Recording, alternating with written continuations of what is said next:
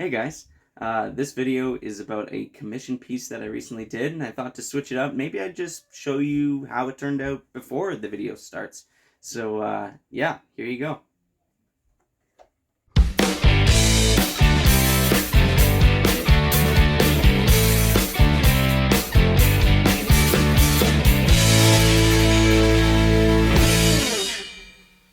Hey everyone, Brem Florica here, and welcome back to Sketchbook B. Come on, I'm not going to show you the thing up front. I'm about the journey, not the destination here. I'm an artist.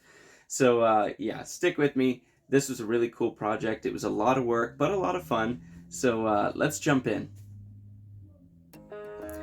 Okay, so right off the bat here, you'll notice some differences from my typical architectural drawings that I do. This wasn't a regular one for me in the sense that I'm not just doing like a small little sketch for a homeowner that's moving into a new home as like a gift. This was actually a drawing that I did as part of the approval process for this for the construction of this house. So that house actually isn't even built yet, and I had to try and represent how it's going to look on the property so that the municipality can get a sense of it and make some decisions about the site. So this was there was a little more at stake on this one, and so I even busted out my ruler a couple times to do some straight lines on the house, and so I did a bit of a mix of my usual sort of hand-drawn style with a bit more technical drawing. So that was a lot of fun, and I enjoyed that aspect of it, how that all came together. I might do a little more of that in the future and kind of work that into my my process. But yeah, this piece of paper, as you'll see, is considerably bigger than my typical 8 by 6 inch. This is an 11 by 17 piece of paper, and the image itself is 17 by 7 inches. So there's a lot of work there and a lot of surface area for the markers to cover. I learned my lesson from last time and sent it at this stage here to be just approved before continuing on, because I was really worried that I would draw the house and get all this stuff on the paper and then find out, oh yeah, the house isn't at the right angle, and have to redo the whole thing from scratch. So lessons learned. Yeah, if you want to see kind of what led to these lessons learned, you can check out this video here about a different commission piece that I did a little while ago that didn't go so well. But anyway, pencils were fairly straightforward and just a lot of trees, but we can move on to the inking phase of things now. And of course, this is where things get really fun. So yeah, as you can see, busted out the ruler. As much as it pained me to do it, I really wanted to make sure that things were being represented properly, and because I wanted to put my best foot forward here and make sure that the city could get a good sense of how this house was actually going to look. And so yeah, that was basically, at this point, it was just going in and tracing over the pencil line work.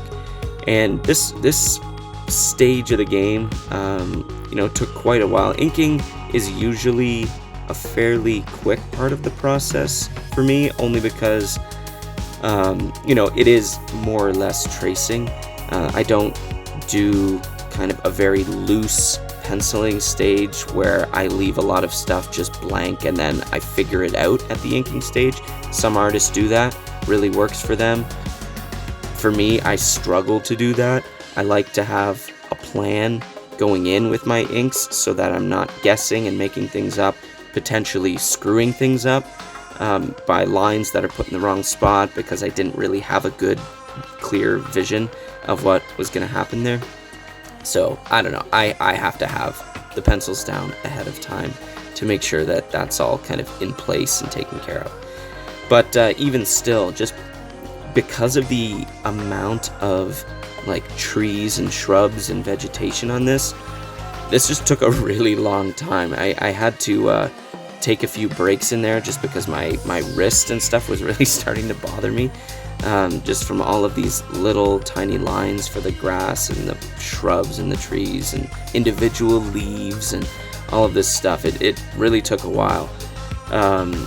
This piece from start to finish took about 16 hours for me, so there was a lot of time spent on this, and so I had to kind of pace myself a little bit, or I would have potentially done some damage to my hand by the end of this. So yeah, things you don't think about until you get kind of stuck into a big piece like this. But yeah, it was a lot of fun. What was cool about this one was that, unlike kind of my typical ones that I do, I actually had a landscaping plan to go off of. So I had the elevations of the house that I used to draw the house portion, and then for the site itself, I did a site visit, took some photos of what the existing lot looks like, but then I also had the landscaping plan of what it's going to look like once it's fully landscaped.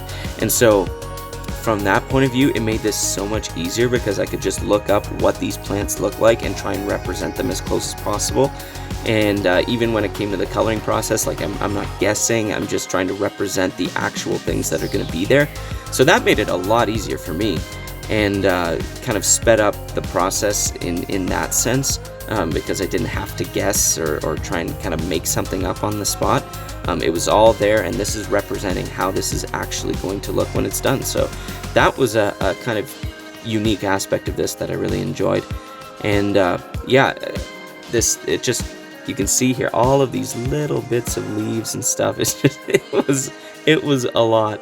But that's kind of what made this one different than the normal ones that I do, and kind of fun in a sense. That it sounds weird to say, like, oh, it was so much more work. Yeah, lots of fun, but it really was very enjoyable for me to do a little bit more nature instead of just the house. Normally the house kind of dominates the image in these little move-in gifts that I do, but with this one, you know, it's really about representing it within the environment that it's going to be in.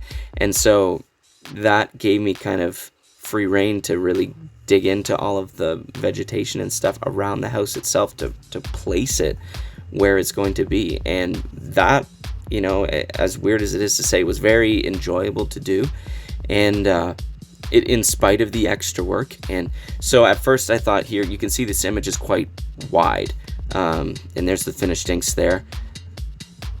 Moving on to the coloring, this image is quite wide, and that's because at first I thought I needed to kind of show, I need to show where the house was going to sit relative to that building on the right side.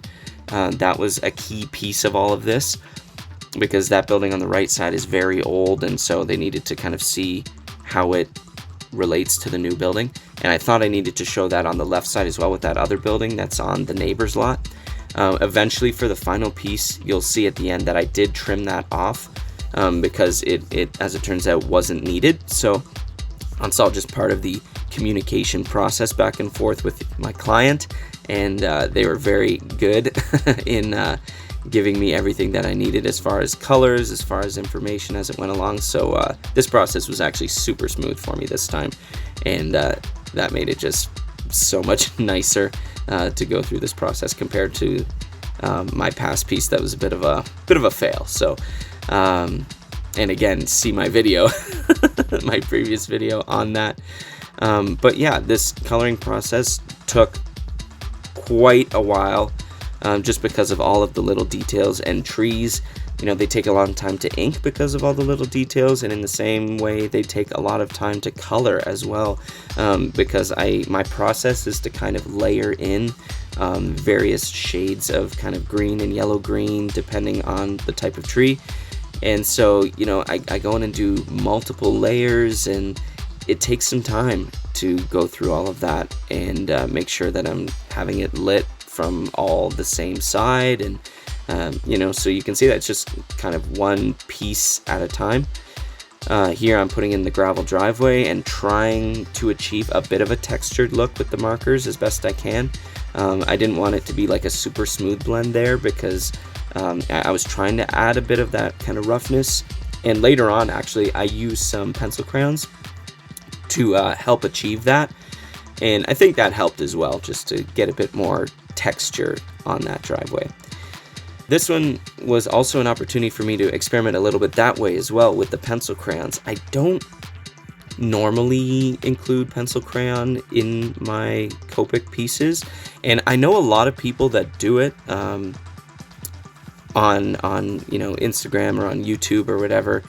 I think there's I think his name is Stephen Ward. I have to look that up, but if I find his channel, I'll link it here. And he does incredible Copic marker art. His stuff is more characters, but I mean, he's just an incredible artist at doing like very realistic looking stuff. And so, you know, I've learned a lot from him and what he does with the combination of markers and pencil crayons. And so, you know, I keep looking for opportunities to do it, but I also have struggled to find or to work my pencil crayons in with the Copics, because for some reason they just don't jive very well, and I struggle to find pencil crayons that actually like lay down over the Copics very well. So they don't really work as well as I'd like it to, but you can achieve some really nice effects with it, and so I do want to play around with it more in the future. But I used pencil crayon for the roof shingles on this one, and I felt like that actually helped a lot to kind of adjust the roof color to where it needed to be. When I just had the Copics down, I was like, I didn't feel like I really had a marker that matched the actual color very well. But once I laid down the pencil crayon over top of it, it kind of changed the look of it to be more accurate to what it was supposed to be, and I felt like that worked out pretty well in this case. So, you know, sometimes it's just you have to combine things in order to achieve the right color. I have a pretty decent collection of Copics. I have about 200 colors. So, you know, chances are I'm going to have something that's pretty close to what I need to show. But every now and then you have to kind of combine, and that's why I always have my piece of like scrap marker paper on the side to test the colors.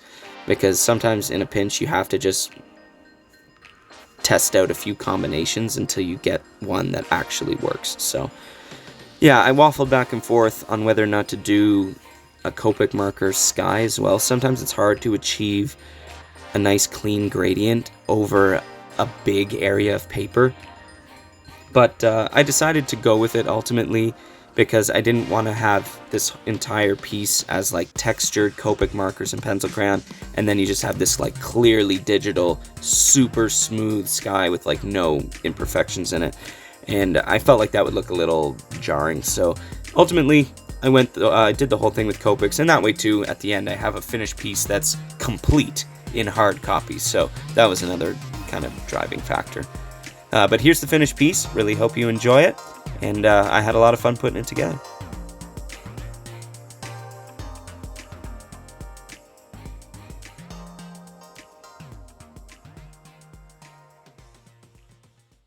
Thanks so much for joining me at Sketchbook B. I really hope you enjoyed this process and this finished piece. I had a lot of fun putting it together. It was really satisfying, this one. It was a lot bigger than what I normally do. Lots of fun stuff coming down the line, so stay tuned and feel free to subscribe if you don't want to miss out when I drop new videos. And until next time, take care.